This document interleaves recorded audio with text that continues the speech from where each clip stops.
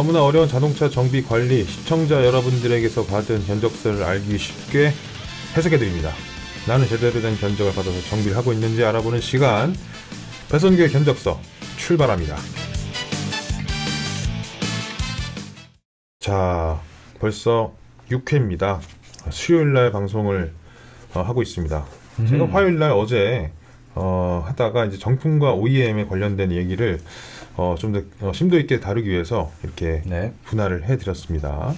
오늘은 견적서 내용이 아니라 바로 무조건 정품만 써야 되는가 그렇지 않은가 이 논란에 대해서 저희들이 한번 짚어보는 시간을 갖도록 하겠습니다. 저는 싱크로지 박승세입니다. 안녕하세요. S9모터스 배선구입니다. 자, 이어서 얘기를 좀 해보죠. 정품만 써야 되는가. 물론 이제 현대차 정품은 다 현대 모비스 제품을 두고 얘기하는 거가 될 거고요. 네. 그리고 뭐 BMW 정비를 하러 가서도 정비소 가면은 뭐 BMW 정품을 써라 뭐 이렇게 그렇죠. 어떤 슬로건이 되어 있는데 과연 이 메이커에 맞는 정품만 써야 되는가?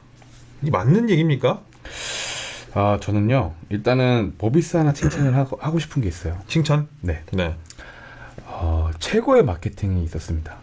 마케팅이요? 네. 뭡니까 그게? 순정품이란 단어를 만들었어요. 그게 무슨 말씀이십니까? 순정품이란 단어가 만든 거라고요?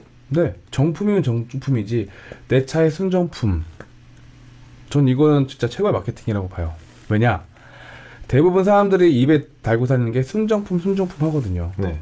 네. 그거는 제가 봤을 때는 고유 명사를 모비스에서 만들었다.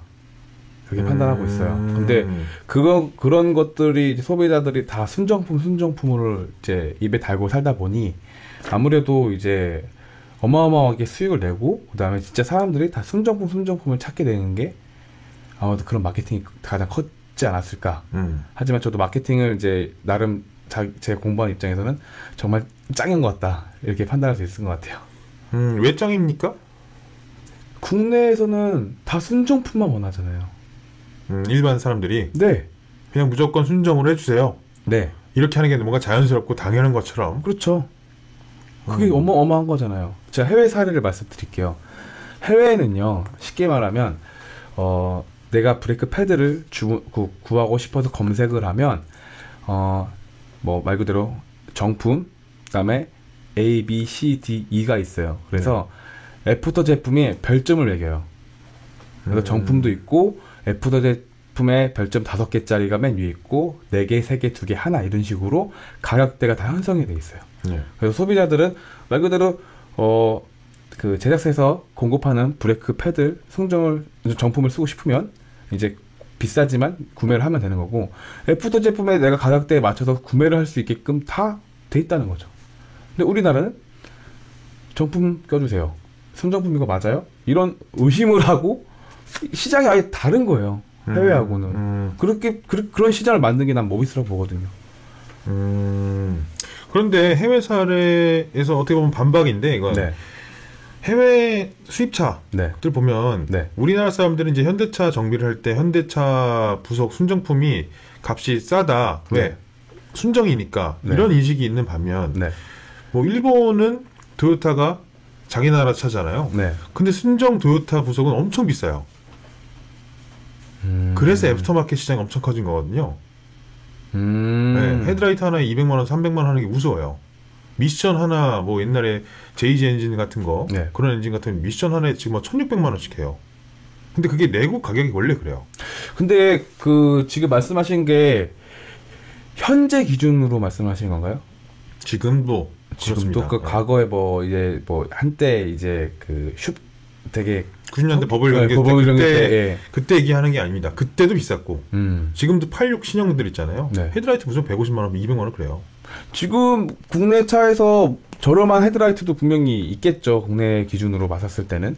근데 고급차에 들어가는 국내 헤드라이트도 싼 건 아니에요. 100만원씩 넘어가요. 그거가 이제 대체품으로 그러니까 OEM이라는 게 사실 대체품 느낌이 있지만 성능이 똑같은 거잖아요.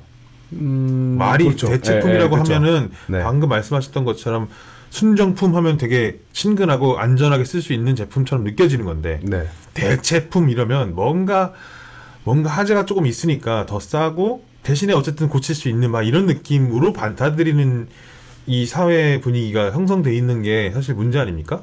맞아요. 근데 그런 이미지가 있고, 심지어, 그게 제가 아까 처음에 말씀하신 것처럼, 등급을 매겨서, 그, 대체품이든 아니면 OEM이든, 사실상 OEM하고 대체품하고는 좀 다르다고 보거든요.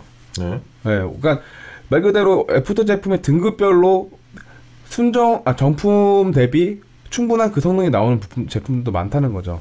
이제 국내 차에서 이제 자체 내에서 어느 정도 저렴한 부분 충분히 인정합니다. 근데 사실상 해외 부품이 상대적으로 비싼 건 맞거든요.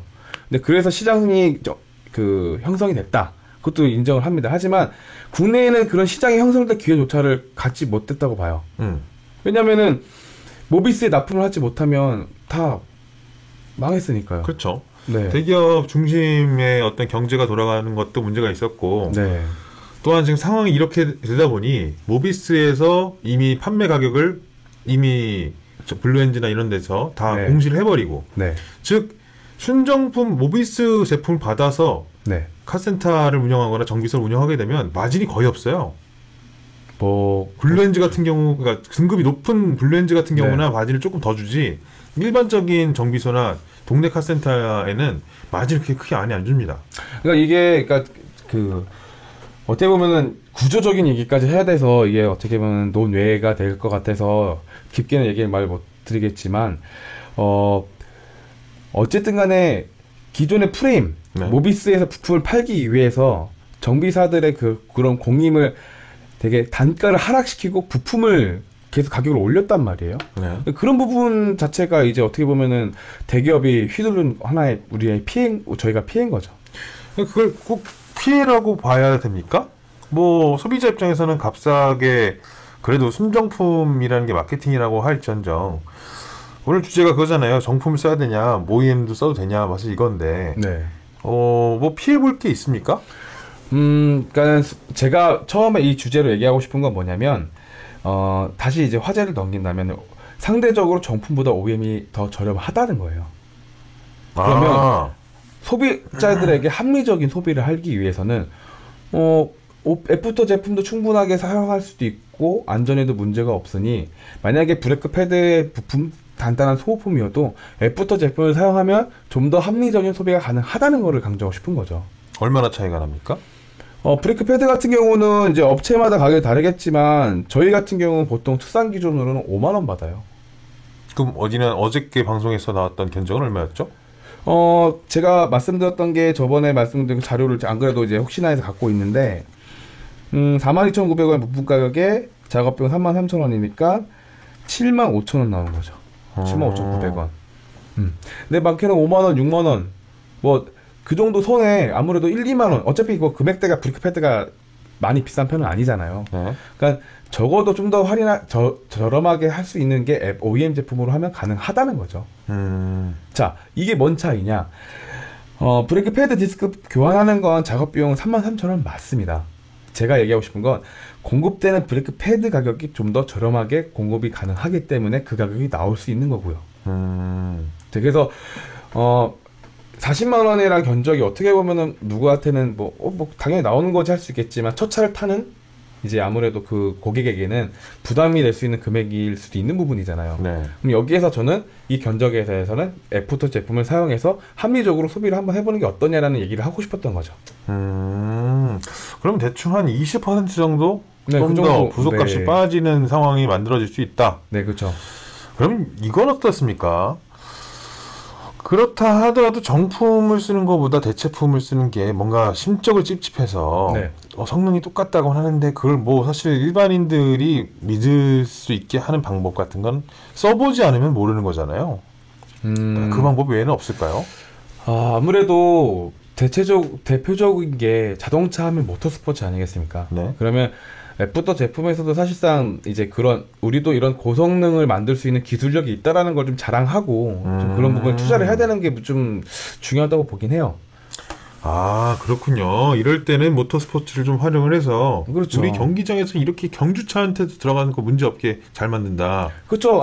우리가 이런 기술력이 있는데 당연히 이런 소모품들도 당연히 이 기술력 바탕으로 만드는 거기 때문에 안전합니다라는 게 다시 매칭이 되는 거 아니겠습니까?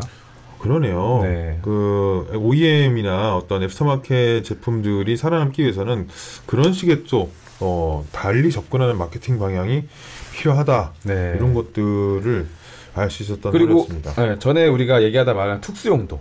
그러니까 아무래도 모터스포츠 쪽에서는 이제 기존에 뭐 얘기하는 뭐 소음이 덜 나고 분진가루가 덜 나야 되고 또 오래 써야 되는 뭐 이런 그런 소비자층이 있겠지만 특수 용도라고 하면은 이제 또 레이싱을 위한 패드도 있지 않습니까? 네. 근데 그런 것들은 이제 가격대가 좀 많이 비싸요. 뭐 지금 7만 원대가 아니라 최소 뭐 15만 원, 많게는 뭐 2, 30만 원까지 가는 브레이크 패드도 있다고 이제 알려드리고 싶은 부분인 거고 이런 부분들은 이제 그 용도에 맞는 패드가 다 있다고 보시면 될 것 같아요. 레이싱이 레이싱 아니면 큰 하중을 받는 차에 쓰여가는 뭐 패드라든지.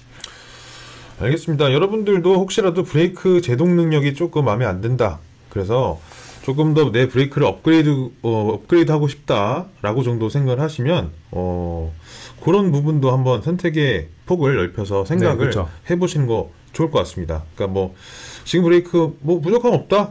그냥 정품 주세요라고 할 수도 있겠지만 브레이크 성능을 조금 더 올리고 싶다라고 하면 이 간단하게 OEM 제품, 그다음 애프터마켓 제품 정도의 선택 조금만 더 돈을 한 1, 2만 원 더 쓸 수도 있고 경우에 따라서는 순정품보다 더 싼데 고성능인 경우도 있어요. 네, 경우에 그렇죠. 따라서 좀 있습니다. 뭐 우리나라 차는 그런 경우는 없지만 아무튼 그런 경우도 있으니까 그렇게 참고를 해두시고 오늘 방송을 마치겠습니다. 자, 여러분들의 견적서 계속 받고 있습니다. 계속 사연들과 그런 견적서들 많이 오고 있는데요. 동영상화 그 사진을 같이 첨부해 주시면 더욱 좋습니다.